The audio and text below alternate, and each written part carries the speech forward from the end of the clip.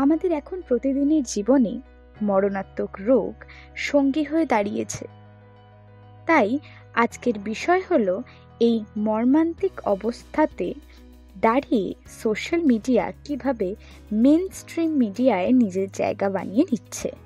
বিষয়ের মূল উদ্দেশ্য হলো মানুষের সোশ্যাল মিডিয়ার প্রতি আকৃষ্ট হয়ে পড়ার কারণগুলি তুলে ধরা। আমরা সবাই মিলে আজকের এই বিষয়ের নানা দিক তুলে ধরার চেষ্টা করব এবং আশা করব আপনাদের তা ভালো লাগবে।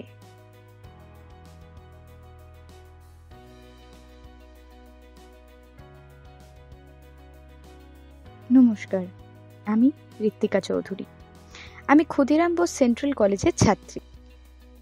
আমি এবং আমার এক সহপাঠী পূজা মান্না যে বিষয়ে কথা বলবো তা হলো নিউজের ক্ষেত্রে COVID-19 pandemic situation mainstream media থেকে কিভাবে সোশ্যাল মিডিয়াতে মানুষের মানবিকতাকে পরিবর্তন করছে।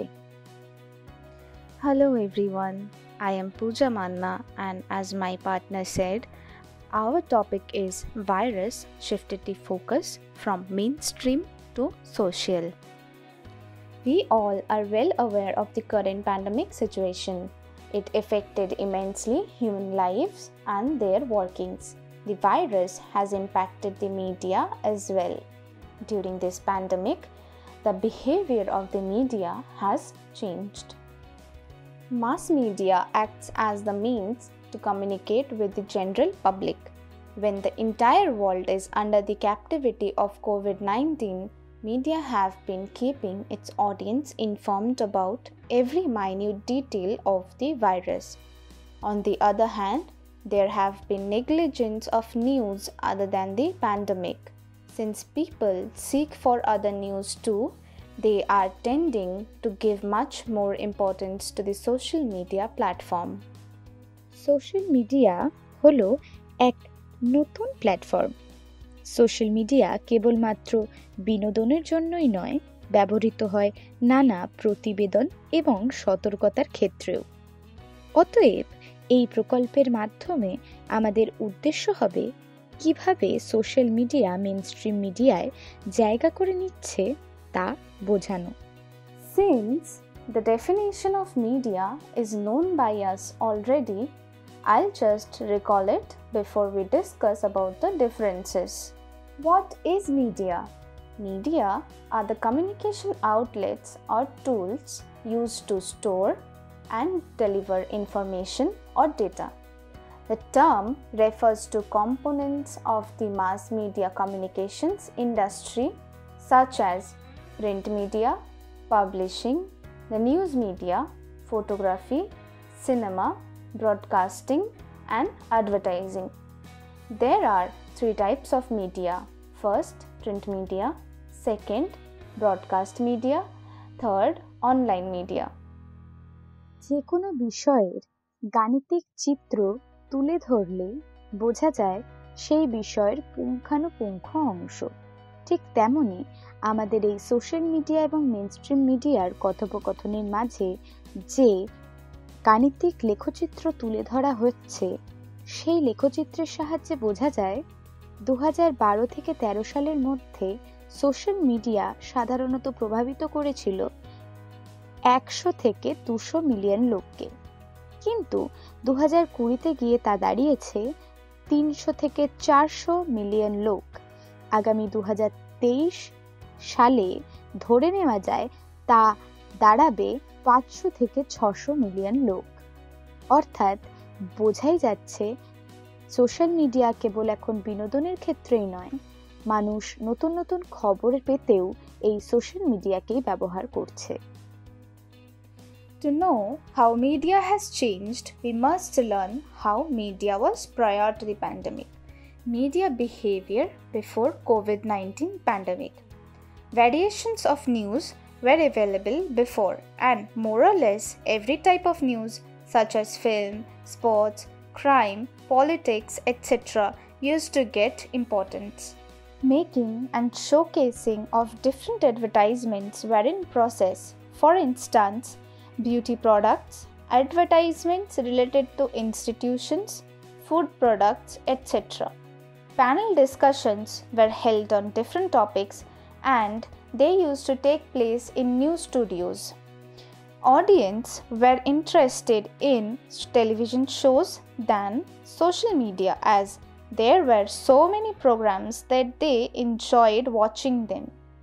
এই মর্মান্তিক পরিস্থিতিতে দাঁড়িয়ে আমরা বুঝতেই পারছি মর্মান্তিক পরিস্থিতির আগের অবস্থা এবং এখনের অবস্থা দুটো এক নয়। মিডিয়ার ক্ষেত্রেও সেটাই হয়েছে। মর্মান্তিক পরিস্থিতির আগের অবস্থায় যেই পরিমাণ মিডিয়া অন্য সব খবরগুলোকে দেখাচ্ছিল, এখন অনেক জিনিসই চাপা পড়ে যাচ্ছে। বিভিন্নভাবে এই দিকগুলো আমরা বিশ্লেষণ করতে পারি। যেমন প্রথমত, খবরের বিভিন্ন দিক পরিবর্তন হয়ে কেবল একটি মাত্র ধ্যান ও জ্ঞান হয়ে উঠেছে, যা হলো কোভিড-19। ফলে বাকি খবর আমরা পর্যাপ্ত পরিমাণে পাচ্ছি না। দ্বিতীয়ত, কমে যাচ্ছে প্রাত্যহিক জীবনে ব্যবহৃত নানা ধরনের বস্তুর বিজ্ঞাপন এবং বেড়ে চলেছে জনস্বার্থে প্রচারিত জরুরি বস্তুর বিজ্ঞাপন, যেমন ডিসইনফেক্টিং বস্তুসমূহ, ফিনাইল, মাস্ক ইত্যাদি। তৃতীয়ত, এক কথায় সংবাদ মাধ্যম হলো এমন এক মাধ্যম যার দ্বারা খুব সহজেই সংবাদপত্রের প্রতিবেদনগুলি বৈদ্যুতিন সংবাদ প্রবাহের সাহায্যে মানুষের কাছে পৌঁছে দেওয়া যায়। তার এক মূল অংশ হলো প্যানেল ডিসকাশন। এই প্যানেল ডিসকাশনের সাহায্যে সঞ্চালক বিভিন্ন বিষয়ের বাস্তবতাকে সামনাসামনি বসে বাকি বিশেষজ্ঞ ব্যক্তিদের সঙ্গে আলোচনা করেন। কিন্তু এই মর্মান্তিক পরিস্থিতি কোথাও গিয়ে প্যানেল ডিসকাশনের বাস্তবতাকে হারিয়ে ফেলছে এবং সবাইকে বেঁধে ফেলছে এক মুঠো ফোনের ছোট্ট স্ক্রিনের সামনে। চতুর্থত, মানুষ প্রাত্যহিক জীবনে প্রাধান্যের পরিবর্তন ঘটছে এই বিশ্বজোড়া মহামারীর সময়কালে। চারিদিকে এই মর্মান্তিক খবরের ছড়াছড়ির মাঝে যদি একটু নিশ্চিন্তভাবে মানুষ অন্য কোনো খবর পেতে চায় বা বিনোদনের জন্য কিছু খুঁজতে চায়, তবে তা পাচ্ছে কেবলই সোশ্যাল মিডিয়ায়। তাই মানুষ আরো আকৃষ্ট হয়ে যাচ্ছে সোশ্যাল মিডিয়ার প্রতি। Thus, now we can wind up after reasoning that media's priority is changing with the normal change during this COVID-19 or coronavirus pandemic, along with new normal that media is coping with. The variations of news have been changing, whereas audience prefers variable news even during this COVID-19 period. Demand for variation in news by the audience and negligence of media is making audience to prefer social media. Thus, we can conclude that media has shifted their focus from variety of news to only COVID-19 news, which is also letting audience to shift their interest from mainstream media to internet or social media. Thank you. আমার নাম রুম্পা চক্রবর্তী, আর আমার সাথে রয়েছে আমার বান্ধবী মেঘা সেন। আমরা Khudiram Bose central কলেজের journalism বিভাগের ছাত্রী। এর আগে আমার বন্ধুরা বলে গেছে কিভাবে মেইনস্ট্রিম মিডিয়ার তুলনায় সোশ্যাল মিডিয়ার গুরুত্ব বাড়ছে। আজকে আমাদের টপিক হচ্ছে mainstream missed, social media focused. আমরা মেইনস্ট্রিম মিডিয়া বলতে বিভিন্ন নিউজ চ্যানেল, বিভিন্ন সংবাদ সংস্থার নিউজ পেপার ও বিভিন্ন ইলেকট্রনিক মিডিয়া বুঝি, এবং সোশ্যাল মিডিয়া বলতে জানি ফেসবুক, হোয়াটসঅ্যাপ, ইনস্টাগ্রাম, টুইটার ইত্যাদি। বর্তমানে এই সোশ্যাল মিডিয়াগুলি নিউজের প্রাথমিক উৎস হয়ে দাঁড়িয়েছে। কোভিড-19 মতো মহামারী চলাকালীন সোশ্যাল মিডিয়াগুলি একটি দায়িত্বশীল উপায়ে দক্ষতা অর্জন করছে এবং নিযুক্ত করছে। Hello everyone, I'm Megha Sen. So, there is always a conflict between social media and mainstream media. But now, the conflict is not significant. Social media is free of barriers. Anyone can share any small news across the globe. But in mainstream, there is thousands of barriers. Though mainstream media are quick to report their information, but social media is much more faster than this. Many people are using social media accounts as a source of news. So, here is a calculation of 2020 people using social media accounts as a source of news in terms of millions. So, we can see 80 million people using Instagram, whereas 300 million people using WhatsApp. Though 13.15 million people using Twitter and 241 million people using Facebook. মূলত social মিডিয়াগুলিকে এন্টারটেইনমেন্টের জন্য ধরা হতো, কিন্তু বর্তমানে social মিডিয়াগুলি শুধু সেলিব্রিটিদের নিউজই না, বরং আরও অতি গুরুত্বপূর্ণ নিউজ দিয়ে থাকে। সাম্প্রতিক সুশান্ত সিং রাজপুতের নিউজ ছাড়াও বিহার এবং আসামে ঘটে যাওয়া বন্যার বিভিন্ন নিউজ মেইনস্ট্রিম মিডিয়ার থেকে বেশি সোশ্যাল মিডিয়া এই খবরগুলিকে তুলে ধরেছে। গ্রাফিক্যাল রিপ্রেজেন্টেশনের মাধ্যমে মে মাস থেকে জুলাই মাস পর্যন্ত মেইনস্ট্রিম মিডিয়া কতগুলি ও সোশ্যাল মিডিয়া কতগুলি নিউজ কভার করেছে তা তুলে ধরা হয়েছে। Times of India Assam flood নিয়ে কভার করেছে 18টি নিউজ এবং বিহার ফ্লাড নিয়ে কভার করেছে 7টি নিউজ। এবিপি আনন্দ আসাম ফ্লাড নিয়ে কভার করেছে 9টি নিউজ এবং বিহার ফ্লাড নিয়ে কভার করেছে 1টি নিউজ।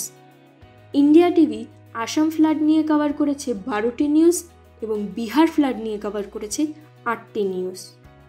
আনুমানিকভাবে ধরে বলা যেতে পারে সোশ্যাল মিডিয়া অন্তর্গত ফেসবুক আসাম ফ্লাড নিয়ে কভার করেছে 5000টি নিউজ এবং বিহার ফ্লাড নিয়ে কভার করেছে 4000টি news.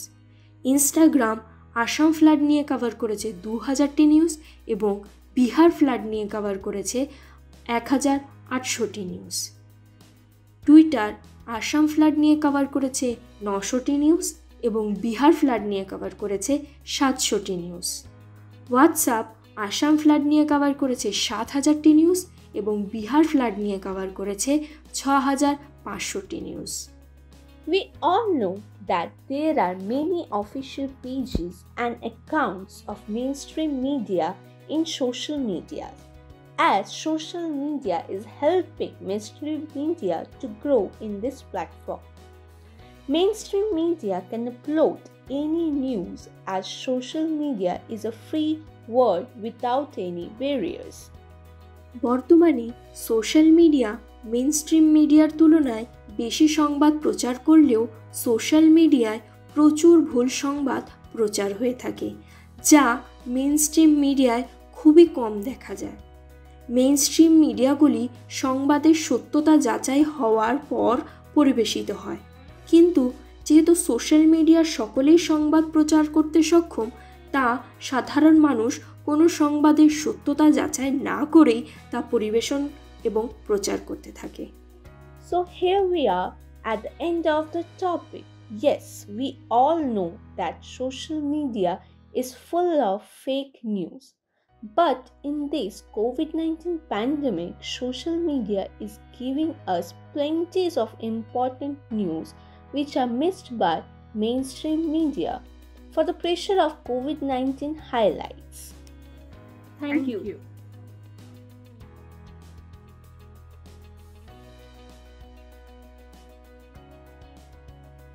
Hello everyone, to my fellow mates and respected teachers saying this. So, as you all saw from the other PPTs made by our friends, the different forms of media, me, Shoham, and my partner Devashrita is going to present a PPT presentation on how OTT platform plays a vital role in this present day scenario. As we all know how our life took a totally unexpected turn this year. Basically not a very Happy New Year for all of us. Everything changed from our daily walking space to our entertainment zone. As we all locked in our homes, OTT platform took a main role in our daily life. Because we can't go outside and watch our favorite cinemas in big screens. So, me and my partner researched a bit and gathered some of the names of some of the big movies which were previously planned to be screened on the big screen, but now they are streamed on different OTT platforms. এখানে কিছু ওয়েবসাইটের ব্যাখ্যা করা হচ্ছে। তার মধ্যে রয়েছে Netflix, Amazon Prime, Zee5, Disney plus Hotstar এবং হইচই। বর্তমানে এই সবকটি ওয়েবসাইটগুলিতে ওয়েব সিরিজের পাশাপাশি বিভিন্ন সিনেমারও স্ট্রিমিং করা হচ্ছে। এই ওয়েবসাইটগুলিতে মার্চ থেকে জুলাইয়ের মধ্যে যে সিনেমা বা সিরিজের স্ট্রিমিং হয়েছে এখানে সেগুলির কথা বলা হচ্ছে। লকডাউনের মধ্যে সিদ্ধান্ত নেওয়া হয় আমাজন প্রাইমে বিগ বি এবং আয়ুষ্মান খুরানা অভিনীত গুলাব সিতাবর স্ট্রিমিং করা হবে। এই চলচ্চিত্রের শুটিং শেষ হয়েছিল লকডাউনের আগেই, কিন্তু সারা বিশ্বে লকডাউন হয়ে যাওয়ার ফলে সমস্ত মুভির রিলিজই পোস্টপন্ড হয়ে যায়। তাই ওয়েবসাইটগুলিকে ওয়েব সিরিজের পাশাপাশি মুভি স্ট্রিমিংয়ের জন্যও বেছে নেওয়া হয়েছে। 17 এপ্রিল গুলাব সিতাবর স্ট্রিমিং হয় আমাজন প্রাইমে। সিরিজের পাশাপাশি ওয়েবসাইটে মুভিরও এত ভালো অ্যাকসেপ্টেন্সের জন্য একের পর এক বলিউড মুভির স্ট্রিমিং হতে থাকে বিভিন্ন ওয়েবসাইটে। 1 মে নেটফ্লিক্সে স্ট্রিমিং করা হয় জ্যাকলিন ফার্নান্দেজ ও মোহিত রায়না অভিনীত মিসেস সিরিয়াল কিলারের। এরপর 22 মে জি5-এ স্ট্রিমিং হয় নওয়াজুদ্দিন সিদ্দিকী অভিনীত ধূমকেতু।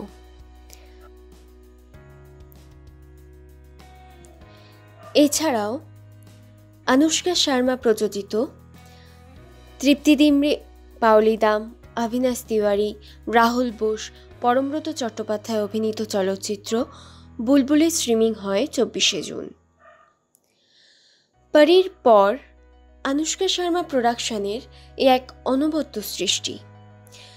এছাড়াও আমাজন প্রাইমে 31 জুলাই স্ট্রিমিং হয় বিদ্যা বালান অভিনীত শকুন্তলা দেবী। জি5-এ 5 জুন স্ট্রিমিং হয় Chintu Ka Birthday. 19 June Bangla web series লালবাজারে স্ট্রিমিং হয়। 16 জুলাই ভার্জিন ভানুপ্রিয়া, 30 জুলাই ইয়ারার মতন সিনেমারও স্ট্রিমিং করা হয়েছে। এছাড়াও অভিনেতা অভিনেত্রীরা লকডাউনে বাড়িতে থেকে কিছু টেলিফিল্মে শুটিং করেছেন, যা জি বাংলায় টেলিকাস্ট হওয়ার সাথে সাথে জি5-এও স্ট্রিমিং করা হয়েছে, যেমন বিবাহবার্ষিকী, হানিমুন, সুটকেস প্রভৃতি। এই প্রত্যেকটি টেলিফিল্মের গল্পই সত্য ঘটনা থেকে অনুপ্রাণিত। এছাড়াও 28 জুন প্রসেনজিৎ চট্টোপাধ্যায় অভিনীত নিরন্তরের স্ট্রিমিং করা হয়েছে জি5-এ। এর আইএমডিবির রেটিং 7.6। নিরন্তর ছাড়া এখনও পর্যন্ত সরাসরি কোনো ওটিটি প্ল্যাটফর্মে কোনো বাংলা চলচ্চিত্রের স্ট্রিমিং করা হয়নি। ওটিটি প্ল্যাটফর্মে সরাসরি স্ট্রিমিং হওয়া বাংলা চলচ্চিত্র হল নিরন্তর। So, as we saw the names of some of the best shows and movies in Netflix, Amazon Prime, and Z5, here are a few more. Disney Plus Hotstar released some worth binging shows like Arya, Dil Bechara, Loot Case, Sarak 2, Ramayan, and some of the more classic shows. Same goes for the Bengali streaming app Hoichoi. Shows like Case Jaundice, Povitro Papi, Love Affair, Tansene Tanpura, and Breakup Story. Well, here's a bonus fact for you all. Hoichoi based show Povitro Papi, Case Jaundice, Love and Affair were all shot at home. Rather, made from home, as we all took a oath of work from home. IMDb রেটিংয়ের উপর ভিত্তি করে বোঝা যায় কোন চলচ্চিত্র বা series কতটা জনপ্রিয় গ্রাহকদের কাছে। ইতিমধ্যে টলিউড বলিউডের এতদিনের সব চলচ্চিত্রকে ছাপিয়ে 24শে জুলাই আইএমডিবি রেকর্ড তৈরি করেছে প্রয়াত অভিনেতা সুশান্ত সিং রাজপুত অভিনীত শেষ চলচ্চিত্র দিল বেচারা।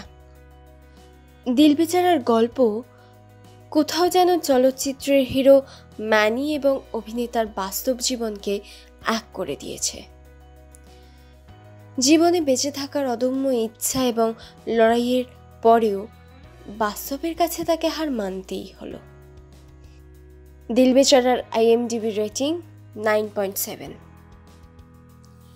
এরপর রয়েছে সুস্মিতা সেন অভিনীত বলিউড সিরিজ আরিয়া, যার আইএমডিবি রেটিং 8। টলিউড সিরিজ লালবাজারের rating 7.9। Bollywood series Chintu Ka birthday rating 7.9।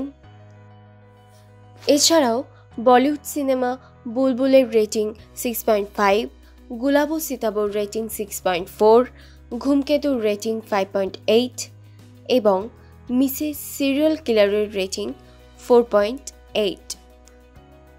So, as you all saw some of the audience favorite shows, here are a few more of them. Hoichoi based series Tansene Tanpura got a IMDb rating of about 6.8. Love and Affair got a IMDb rating of about 8.5. Case Jaundice got a IMDb rating of about 5.1. And last but not the least, Povitro Papi got a IMDb rating of about 4.5. So basically all these shows were chosen by the audience as their favorite ones. So till now we saw how OTT platform changed our life and how it plays a very vital role in our present day scenario. Now everything has a pros and cons, so as OTT platforms. So here are a few advantages of OTT platforms. The reach of the movies or series streamed is on a widespread. There is no particular time to binge your favorite shows or movies. Censor board have not that full rights to rule over the movies, so basically the directors are an open book here. They can show their pure imagination here. The amount of making of streaming on OTT platforms have reached on a big level, on a mass scale. And most important one is people can binge their favorite shows or movies anytime, anywhere. So there's basically no chance of missing any moments or episodes. ওয়েবসাইটগুলি ব্যবহার করায় সুবিধার পাশাপাশি কিছু অসুবিধাও তৈরি হচ্ছে। ওয়েবসাইটগুলি subscribe না করলে ওয়েব সিরিজ দেখা যায় না, কিন্তু বর্তমানে এমন কিছু অ্যাপ বেরিয়েছে যেখানে সাবস্ক্রিপশন ছাড়াই সিনেমা বা ওয়েব সিরিজ দেখা যাচ্ছে, যেমন গালিয়া এবং এমএক্স প্লেয়ারের মতন অ্যাপ। গালিয়াতে ওয়েবসাইটগুলিতে স্ট্রিমিং হওয়া হলিউড বলিউডের সব মুভি এবং সিরিজ ফ্রিতে দেখা যায়। এছাড়াও আড্ডা টাইমস, হইচইয়ের মতন ওয়েবসাইটগুলিতে স্ট্রিমিং হওয়া সব সিরিজ স্ট্রিমিং হওয়ার কিছুক্ষণ পরেই এমএক্স প্লেয়ারে পাওয়া যায়। ফলে ওয়েবসাইটগুলি সম্পূর্ণ লাভের মুখ দেখতে পাচ্ছে কিনা তা নিয়ে যথেষ্ট সংশয় রয়েছে। ওয়েবসাইটগুলি মানুষের একাকিত্বর কারণ হয়ে দাঁড়াচ্ছে। হলে রিলিজ হওয়া সমস্ত সিনেমা ওয়েবসাইটে পেয়ে যাওয়ার কারণে পরিবার বা বন্ধুদের সাথে হলে গিয়ে সিনেমা দেখা কমে যাচ্ছে, ফলে পরিবার এবং বন্ধুদের সঙ্গে দূরত্বও বাড়ছে। ওয়েবসাইটে সেন্সর বোর্ডের কোনো নিষেধাজ্ঞা না থাকায় সমাজের উপর কিছুটা হলেও খারাপ প্রভাব পড়ছে। বর্তমানে বিভিন্ন চ্যানেলের সিরিয়াল বিভিন্ন ওয়েবসাইটে দেখতে পাওয়া যায়, তাই সিরিয়ালগুলি কতটা সঠিক টিআরপি পাচ্ছে তা নিয়ে যথেষ্ট সংশয় তৈরি হচ্ছে। কারণ একটা সিরিয়াল কতদিন চলবে তা কিন্তু সম্পূর্ণভাবে টিআরপির উপর নির্ভর করে। সঠিকভাবে টিআরপি না পাওয়ার কারণে অনেক ভালো সিরিয়ালও বন্ধ হয়ে যায়। এছাড়াও ওটিটি প্ল্যাটফর্মগুলি সিনেমা হলগুলির লোকসানের কারণ হয়ে দাঁড়াচ্ছে। পরবর্তীকালে হলগুলির অস্তিত্ব কতটা থাকবে বা আদৌ থাকবে কিনা তা নিয়ে কিন্তু ইতিমধ্যে দর্শকদের মনে নানান প্রশ্নের সৃষ্টি হচ্ছে। কারণ ওটিটি সুবিধা পাওয়ায় হলে গিয়ে একত্রিত হয়ে সিনেমা দেখার অভ্যেসটা কোথাও যেন হারিয়ে যাচ্ছে। ওয়েবসাইটগুলি জনপ্রিয় হয়েছিল অনেক আগেই, কিন্তু 2020 মহামারী যেন ওটিটিকে জনপ্রিয়তার শিখরে পৌঁছে দিল। কোভিড-19 মহামারীর আকার না নিলে হয়তো বোঝাই যেত না চলচ্চিত্র জগতের পরিবর্তনটা ঠিক কতটা হয়েছে, বা ওটিটি চলচ্চিত্র জগতে কিভাবে পরিবর্তন আনছে। So, during these hard times, OTT is a big deal for all of us. It has given us a big relief for us, the viewers, as well as the makers, to show their talent and to get some entertainment. As each and everyone has taken the oath of work from home. Thank you. একদমই আমাদের আগের বন্ধু যা বলে গেলেন তার সঙ্গে আমরা সহমত। কিন্তু বিনোদন বলতে যে শুধুমাত্রই ওয়েব সিরিজ বা অ্যামাজন প্রাইম, নেটফ্লিক্স, হইচই বোঝায় তা নয়। বর্তমান দুনিয়ায় বিনোদন জগতে আলোড়ন ফেলেছে বেশ কিছু অ্যাপও। তার মধ্যে ক্রমানুক্রমে চলে আসছে TikTok, Helo, Vigo Video, Likee ইত্যাদি।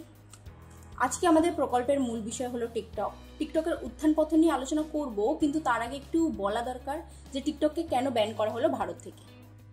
নমস্কার, আমি সাধনা মিস্ত্রি, আর আমার সাথে প্রকল্প পরিবেশনায় আছে আমারই সহপাঠী শুভম মণ্ডল। আজকে আমাদের প্রকল্পের মূল বিষয় হলো TikTok makes every second count. বর্তমানে পূর্ব লাদাখে যে ভারত চীনের অবস্থানগত বিষয় নিয়ে ঝামেলার সৃষ্টি হয়েছে, তার জেরেই ভারত থেকে ব্যান করা হলো টিকটক সহ 59টি চাইনিজ অ্যাপ, যার মধ্যে পড়ছে Shein, Xender, CamScanner, Likee, Club Factory, WeChat, UC Browser, U Video, Sweet Selfie ইত্যাদি। ভারত সরকারের এই সিদ্ধান্ত চীনের অর্থনৈতিক দিকে যথেষ্ট প্রভাব ফেলেছে। টিকটক ব্যান হওয়ার পর ভারতে বেকারত্বের সংখ্যা বেড়েছে প্রচুর। যাদের শুধুমাত্র রুজিরুটির উৎস ছিল টিকটক, তাদের মধ্যে বেড়েছে হতাশা। এমনকি এই অ্যাপের জনপ্রিয়তা এমন শিখরে পৌঁছেছিল, যার বশে টিকটক ব্যান হবার পর টিকটক ব্যবহারকারীদের আত্মহত্যার মতো খবর পাই আমরা সোশ্যাল মাধ্যমে। 2016 সালে মুক্তি পাওয়া টিকটক হলো একটি গ্লোবাল মিউজিক প্ল্যাটফর্ম, যেখানে ক্যামেরার সামনে 15 সেকেন্ডের গানের সাথে লিপসিং করতে হয়। 150টি দেশে এবং 40টি ভাষায় উপলব্ধ টিকটক। এছাড়াও ফিচার নিয়ে যদি বলতে হয়, তাহলে আলোচনার মধ্যে এটাও পড়ে যে টিকটকের ফিচার অন্যান্য ভিডিও মেকার অ্যাপের থেকে ছিল যথেষ্ট অ্যাডভান্স। 3D স্টিকার, বিভিন্ন ফিল্টার্স, সারা দেশে টিকটকের কমিউনিটি কি ছিল না এতে। এর সাথেই বলা বাহুল্য, এই 59টি অ্যাপ বয়কটের পরেও ভারতে এমন কিছু চাইনিজ অ্যাপ রয়ে গেছিল, যেগুলি আগের অরিজিনাল অ্যাপের থেকে একটু কম ফিচার যুক্ত, যেমন TikTok Lite, Vigo Video Lite ইত্যাদি।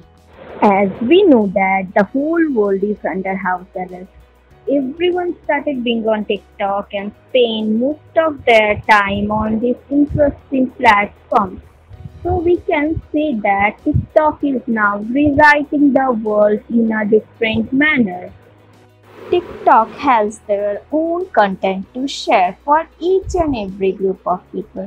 It is not just entertaining, but people also got a lot of advice from online business manager, from small business CEO during this pandemic. It is not just dance challenges and whatnot, but it actually makes us learning a lot of things. Many TikTok videos are inspirational one, instructional one, and sometimes the funny one, and also educational one. In this way, TikTok is trying to push the education. As we see in the graph that by the growing year, TikTok also grows rapidly, starting from 2016. In the year of 2016, it is being downloaded by 20 millions of people, and in the year of 2020, it reaches to 320 millions of people. We categorize the popularity of TikTok among the different age groups. The age group of 16 to 24 are using 44% and the age group of 55 to 64 are using only 7%. It means that TikTok is for all age groups without any barriers or restrictions. বর্তমানে বিভিন্ন boycott Chinese অ্যাপের বিকল্প হিসেবে আমরা পেয়েছি thrill, চিঙ্গারি, MX টাকাটাক, স্ন্যাপটক, Roposo, মিত্র ইত্যাদি। কিন্তু এখন দেখার বিষয় এটাই যে এই বিকল্প তাদের অরিজিনাল ভার্সনের সাথে টেক্কা দিতে পারে কিনা। So we can conclude that its main motto is to bridge gap between those who want to showcase their creativeness with a platform. After banning TikTok in India, it creates mental pressure on the TikTok star as it affects their popularity and earnings. As a result, they attempt suicide. You will also come to know much more about the interesting topic. Thank you.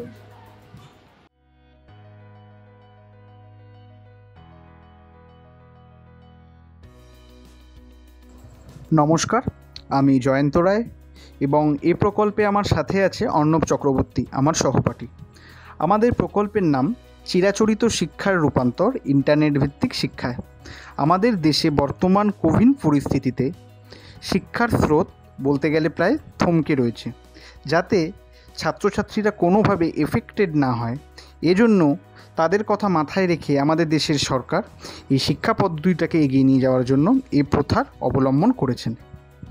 Introduction বা পরিচিতি। আমাদের প্রকল্পের পরিচিতি সম্পর্কে বলতে গেলে বোঝা যায় বা আলোচ্য বিষয় সম্পর্কে বলা যায় কিভাবে ইন্টারনেট ভিত্তিক শিক্ষা আমাদের এই প্রকল্পটির মাধ্যমে দেখানো হচ্ছে বা এবং ইন্টারনেট ভিত্তিক শিক্ষায় আমাদের পরিচিত শিক্ষা মাধ্যম যেভাবে রূপান্তরিত ঘটেছে ক্লাসরুম থেকে কম্পিউটার বেস, অর্থাৎ ক্লাসরুম থেকে আমাদের শিক্ষা পদ্ধতি কম্পিউটার ভিত্তিকভাবে গড়ে উঠেছে, এটাই আমাদের প্রকল্পে দেখাতে চাওয়া হয়েছে। The objectives of our project is to observe during pandemic situation like COVID-19 the role of digital platforms which has played in education in our lives. Since India has the second largest education system in the world after China, different sectors, including the education sectors, have seen a setback due to the COVID-19 being at a rise. The hypothesis of our project is to see that digital platforms is used perfectly in education, where the teachers and the students are performing well in the online education system.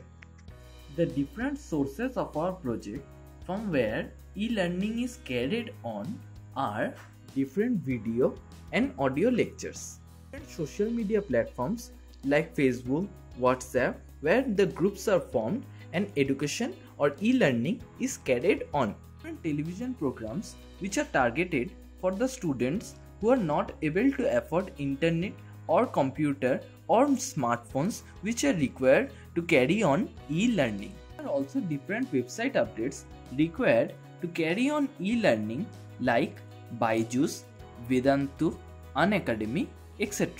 Along with this, there are different online streaming platforms from where e-learning can be pursued. For our project, e-learning replacing traditional learning, we have twofold research methodology, which is first, content analysis, and second, survey of 128 males and 72 females, where the credit goes to www.pharmascope.org. আমাদের প্রকল্পের গুণাবলীর সুবিধা: flexibility অর্থাৎ নমনীয়তা। চিরাচরিত শিক্ষাকক্ষের মাধ্যমে ছাত্রছাত্রী এবং শিক্ষক শিক্ষিকার মধ্যে যে সময়ের আদান প্রদানের মাধ্যমে শিক্ষা পদ্ধতি গড়ে উঠত, সে ক্ষেত্র থেকে এই ক্ষেত্রে অর্থাৎ ইন্টারনেট ভিত্তিক ক্ষেত্রে অনেক সুবিধা এবং অনেক সময় সেভ করা যাচ্ছে পড়াশোনার মাধ্যমে। রিডাক্সেস কস্টেস অর্থাৎ খরচের স্বল্পতা। ইন্টারনেট ভিত্তিক শিক্ষায় কম্পিউটারকে ভিত্তি করে যে শিক্ষা পদ্ধতি দেওয়া হচ্ছে, তাতে শিক্ষা পদ্ধতির ক্ষেত্রে খরচের পরিমাণ কমে যাচ্ছে। নেটওয়ার্কিং অপরচুনিটিস অর্থাৎ নেটওয়ার্কের সুযোগ ইন্টারনেটের ভিত্তিতে গড়ে ওঠে। অর্থাৎ স্টুডেন্ট এবং শিক্ষকের মধ্যে যে জ্ঞানের আদান প্রদান ঘটে তার পরিধি প্রচুর পরিমাণে বাড়ছে এবং কালচারাল অর্থাৎ নানা বিষয়কে কোরিলেট করে তাদের প্রজেক্ট বা প্রকল্পটি সম্পূর্ণ করতে পারছে। ডকুমেন্টেশন অর্থাৎ নথিভুক্তকরণ বা নথির যুক্তকরণ।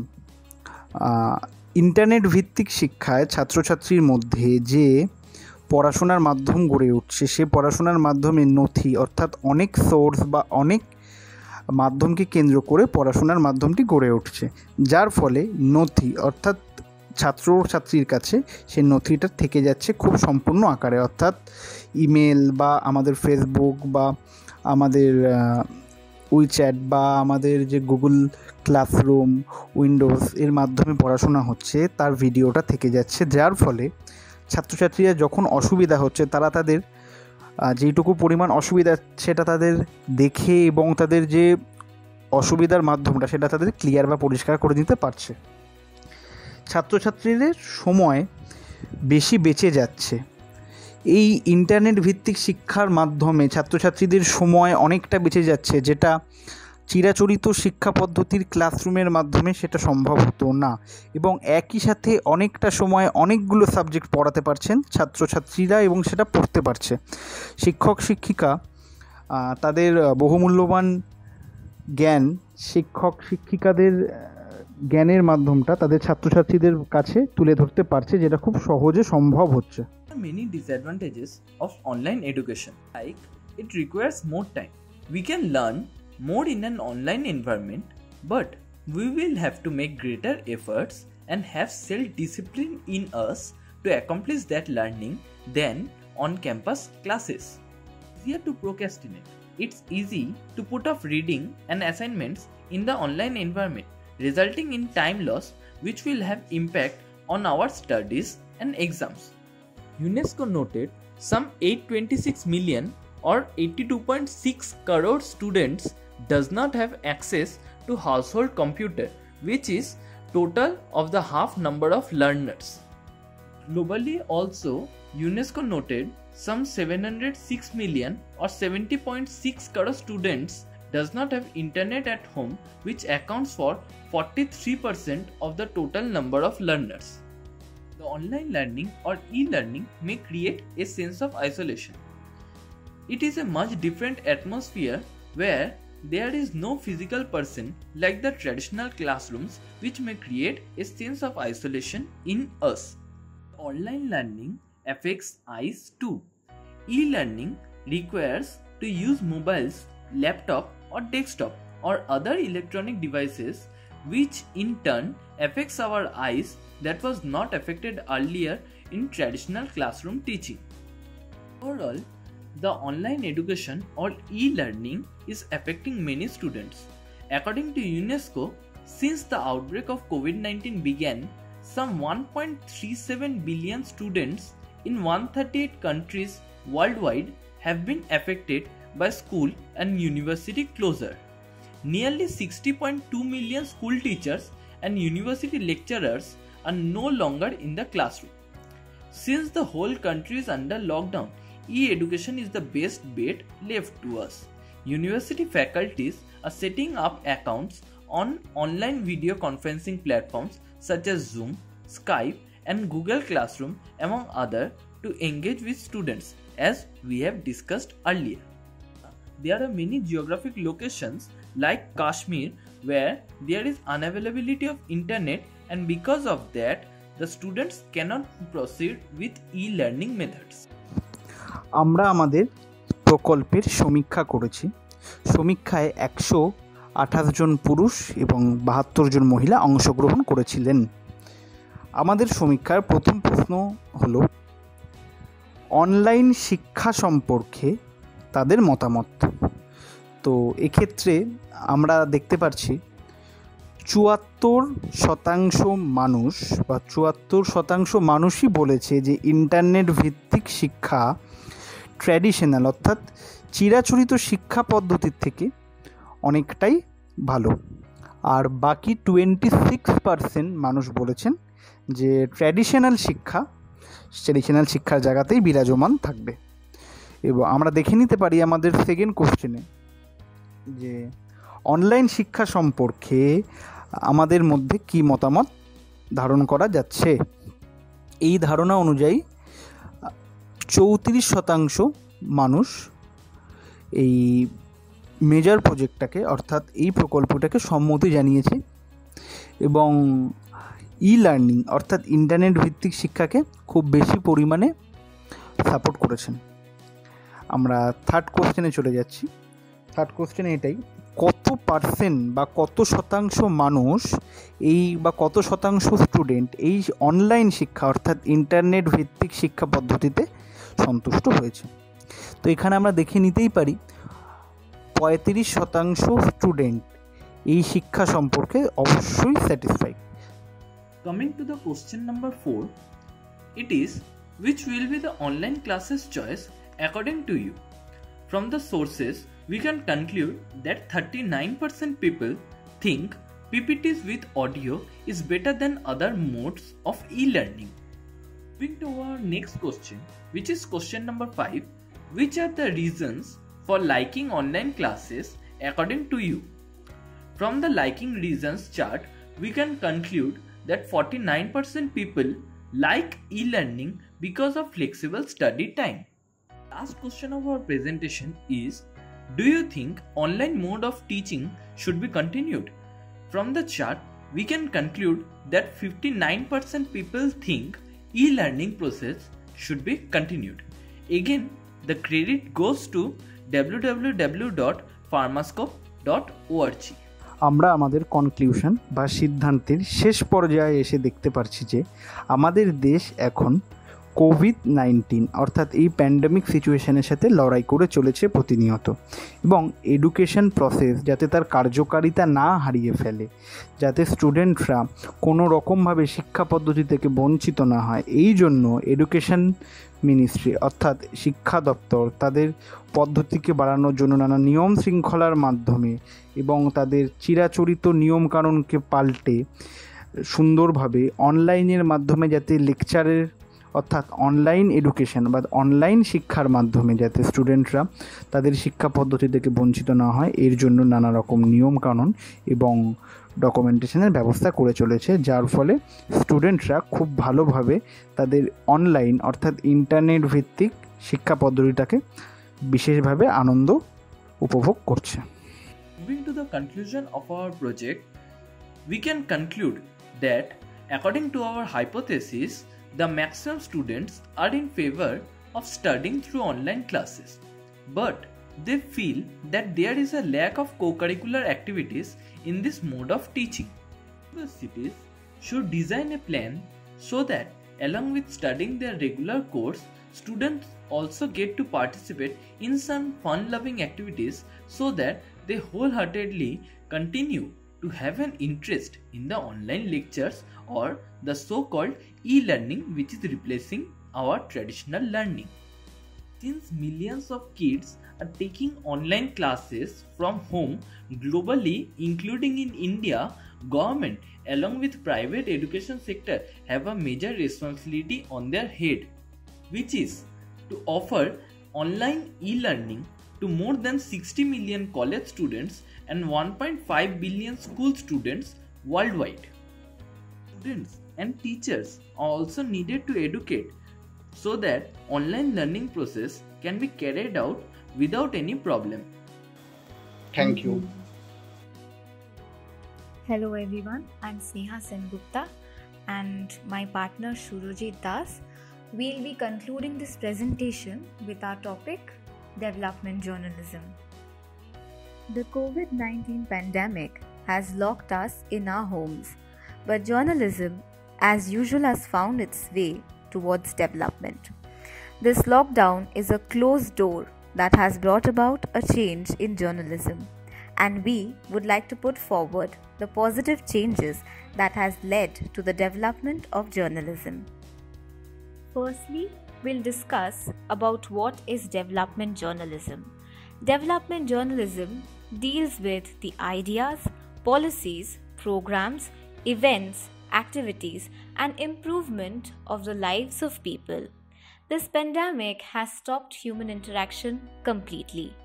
Yet, people are connected with each other with a powerful weapon called technology, which is a boon to the development of journalism. এই উপস্থাপনাটি রূপায়িত করার আমাদের একটাই উদ্দেশ্য, করোনা অতিমারির কালে গণমাধ্যমের উন্নতির ও ধনাত্মক দিকগুলিকে সুষ্ঠুভাবে সাজিয়ে সকলের সামনে উপস্থাপন করা। কেন্দ্রীয় সরকার দ্বারা চালু হওয়া আরোগ্য সেতু অ্যাপ, যা আমাদের কাছে এনে দিয়েছে করোনা মহামারীর সব তথ্য, করোনা থেকে বাঁচার উপায় ও নিজ অঞ্চলে করোনা আক্রান্ত ব্যক্তির অবস্থান। 2020 এপ্রিলে চালু হওয়া এই অ্যাপটি ইতিমধ্যেই প্রচুর জনপ্রিয়তা অর্জন করেছে। এর পাশাপাশি West Bengal state relief fund নামক অ্যাপটি পশ্চিমবঙ্গ সরকার দ্বারা 31 মার্চ 2020-তে চালু করা হয়। করোনা ও লকডাউন চলাকালীন অর্থ সাহায্যের জন্য এই অ্যাপের সূচনা হয়েছে, যা এখনও অবধি 10,000-এর বেশি মানুষ ব্যবহার করে ফেলেছেন। সব মিলিয়ে বলা যায় এই অ্যাপগুলির দ্বারা এই বর্তমান পরিস্থিতিতে গণমাধ্যমের অনেক বেশি পরিমাণে উন্নতি সাধন সম্ভব হয়েছে এবং বিভিন্ন ক্ষেত্রে মানুষের পাশে থাকার বার্তা এসেছে প্রশাসনের থেকে। লকডাউন পরিস্থিতিতে ঘরবন্দি মানুষের সামাজিক যোগাযোগের জন্য গুগল মিট একটি যথেষ্ট গুরুত্বপূর্ণ মাধ্যম। বর্তমানে অনলাইন এডুকেশন ও ওয়ার্ক ফ্রম হোমের ক্ষেত্রে গুগল মিটের অবদান সত্যিই অনস্বীকার্য। এখনও অবধি গোটা পৃথিবী জুড়ে 50 মিলিয়নের বেশি মানুষ এই অ্যাপটি ব্যবহার করে ফেলেছেন। Now let's move on to the broadcast media. The popular shows Ramayan and Mahabharat got a rerun on Doordarshan due to high public demand. Now, people don't have to wait for Sundays for a new episode to air. People have got a chance to walk down the memory lane of the 90s. Other television channels like Star Plus, Star Jalsha, ZTV, and other channels have also aired old episodes of popular old soap operas like Siya Ke Ram, Mahabharat, Bo Kotha Kau, Ogobodhu Sundari, and various other serials, and the TRP ratings are still high. এই মহামারীর দরুন চলচ্চিত্রের ক্ষেত্রেও অনেক পরিবর্তন এসেছে। Cinema হলে cinema মুক্তি থেকে সরে এসে বড় বড় প্রোডাকশনগুলি এখন সিনেমা হলের পরিবর্তে ওটিটি প্ল্যাটফর্মকে বেছে নিয়েছে সিনেমা রিলিজের জন্য। এর বড় উদাহরণ সদ্য মুক্তিপ্রাপ্ত সুশান্ত সিং রাজপুত অভিনীত সিনেমা দিল বেচারা, যা ডিজনি হটস্টারে মুক্তি পায় এবং আকাশ ছোঁয়া সাফল্য ও 9.9 রেটিং অর্জন করে, যা ভারতীয় সিনেমার ক্ষেত্রে সত্যি অন্যতম বড় একটি milestone. Lastly, we would like to conclude by saying that the lockdown has stopped physical contacts, but virtually we all are connected. The world has not come to a standstill. Transactions are being made, scientists and doctors are working on the vaccine. People have the luxury of staying at home amidst their family. There are several negative aspects, but we all know that every cloud has a silver lining. Thank you.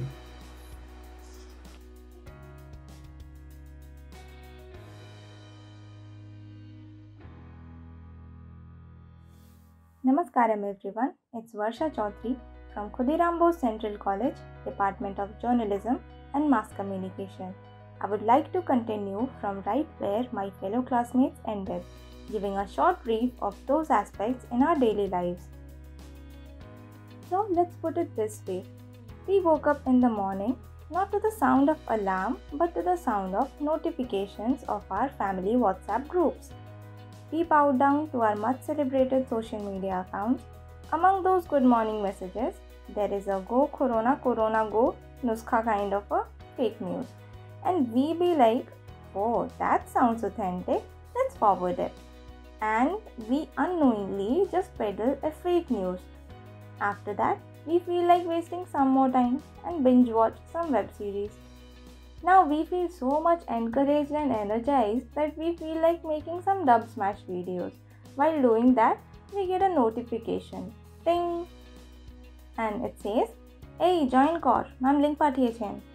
Yes, you guessed it right. It's an online class. After a long day of wasting so much time and finally a useful online class, we now feel hungry and we need food. for food, we need money. And not just for food. Do we realize that all those entertaining factors like WhatsApp, Facebook, Netflix, TikTok and everything else run on internet, and internet takes money. Money is a big factor, and earning money is a real tough job in this global shutdown, but surely not impossible, right? And this very question brings us to the next agenda on table, which is evolving means of livelihood. So let's dig a bit deeper into the topic. নমস্কার, আমি ভাস্কর Manna.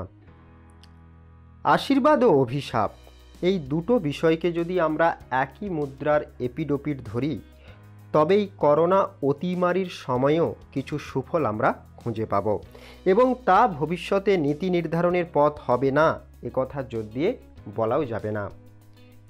Corona বিপর্যয় মানুষের চলার পথের একের পর এক দরজা বন্ধ করে দিয়েছে। গোটা বিশ্ব আজ এই মহামারীতে বিপর্যস্ত। সামাজিক ও আর্থিক দুই দিক দিয়েই ক্ষতিগ্রস্ত হয়েছেন মানুষ। মানব জীবনে নেমে এসেছে অভিশাপ। অর্থনৈতিক সংকটে ভুগছে বহু দেশ, কাজ হারিয়ে দিশেহারা কর্মচারীরা, বেড়েছে বেকারত্বের হারও। ঠিক এই আবহেই যদি আমরা আশীর্বাদকে খোঁজার চেষ্টা করি, তাহলে দেখব এই মহামারী ও লকডাউন অনেকের উপার্জনের পথ সুগম করেছে। উদাহরণ হিসেবে আমরা বলতে পারি অভিক দত্তের কথা, যিনি একজন তরুণ লেখক। এই লকডাউনের সময় যখন বইয়ের দোকান বন্ধ, তখন অবসরের সময় কাটানোর বন্ধু বইকে হাতের নাগালে নিয়ে এসেছেন অভিক দত্ত। নিজের লেখা বই তিনি পিডিএফ করে অর্থের বিনিময়ে পৌঁছে দিয়েছেন পাঠকের মুঠোফোনে। এর থেকে তার উপার্জনও হয়েছে। আশ্চর্যের বিষয় এই হলো যে এই উপার্জন থেকে তিনি মুখ্যমন্ত্রী ত্রাণ তহবিলে 10 লক্ষ টাকা দান করেছেন। অনেকে হয়তো বলবেন, পিডিএফ করে বই বিক্রি করা যখন খুশি করা যেত। এই ঘটনা আগেও হয়েছে। হ্যাঁ, যেত, এবং এটি আগেও হয়েছে।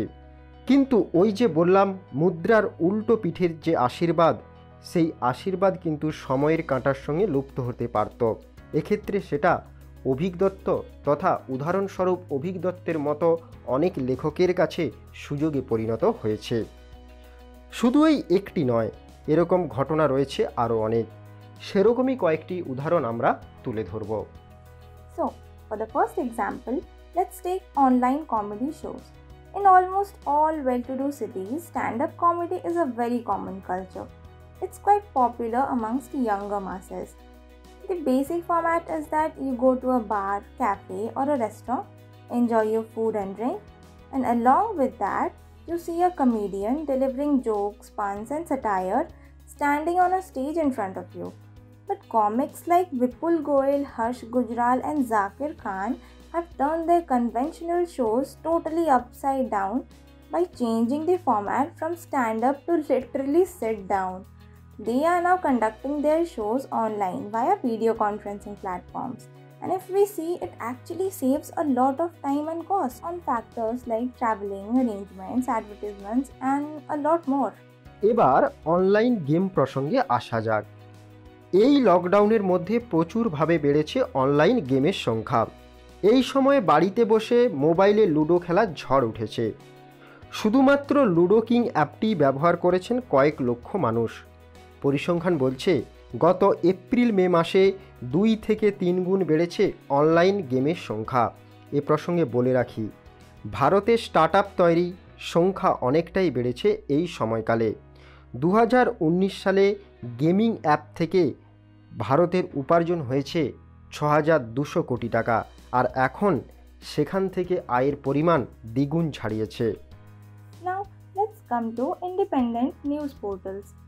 To be honest, for quite some time, Indian media houses have totally lost their credibility and journalistic integrity because of exaggeration of news and even faking news. The latest we can remember is about a prominent journalist, Rajdeep Sardesai, faking a news about death of former President Shri Pranab Mukherjee while he is still alive. So, countering these, many online independent news portals have emerged. Most of these are supported by their fans. with the help of crowdfunding platforms like Patreon, Instamojo, etc. Whereas some of these have even secured funding from investors.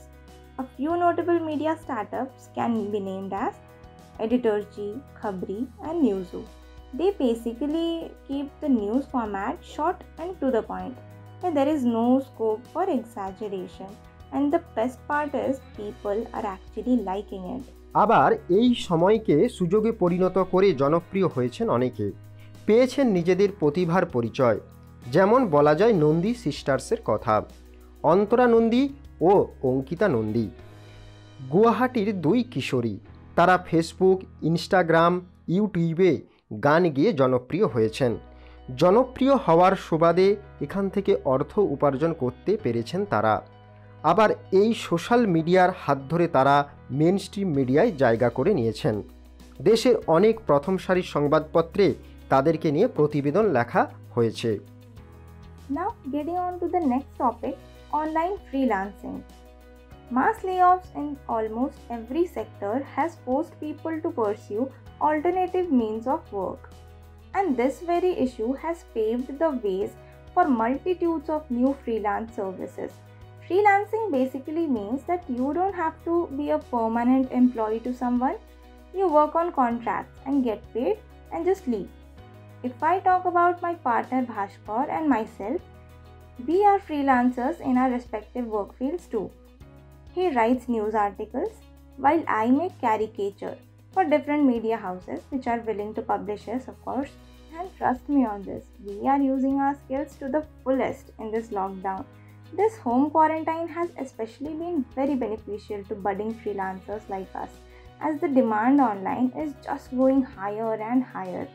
অর্থাৎ আমরা দেখতে পেলাম social media শুধুমাত্র বিনোদনের জন্য ব্যবহৃত হয় না, এখান থেকে উপার্জনের সুযোগও রয়েছে এবং এই অবসর সময় সেই সুযোগকে আরও ত্বরান্বিত করেছে। পরিসংখ্যান বলছে এপ্রিল ও মে মাসে ভারতের বেকারত্বের হার ছিল 23%, জুনে তা কমে হয়েছে 10% মতো, আর জুলাইতে তা আরও কমে হয়েছে 7% আশেপাশে। আর এই পরিসংখ্যান দেখে বিশেষজ্ঞরা বলছেন অনেক বেসরকারি সংস্থার অধীনে বাড়িতে বসে অনেকে অনলাইনে কাজ করে অর্থ উপার্জন করছেন। এটাও বেকারত্ব হ্রাসের অন্যতম কারণ। To conclude, we can say that people have acknowledged the fact that now we need to leave our islands of comfort and dive into the sea of unknowns. Thus, instead of struggling to retain the status quo, people are actually embracing the change. And why shouldn't they? After all, you can now sit in your home on a couch in a knicker and still work each and every day. And the best part is you are earning from it, right? See, I can already imagine Guddu Bhaiya from Mirzapur saying on this, शुरू मजबूरी में किए थे लेकिन अब मजा आ रहा है। धन्यवाद। নমস্কার, আমি সাজ্জাদ আলী। আমার প্রকল্পের নাম একে দুর্যোগ, তার উপর বিপর্যয়ে সামাজিক মাধ্যমে প্রভাব।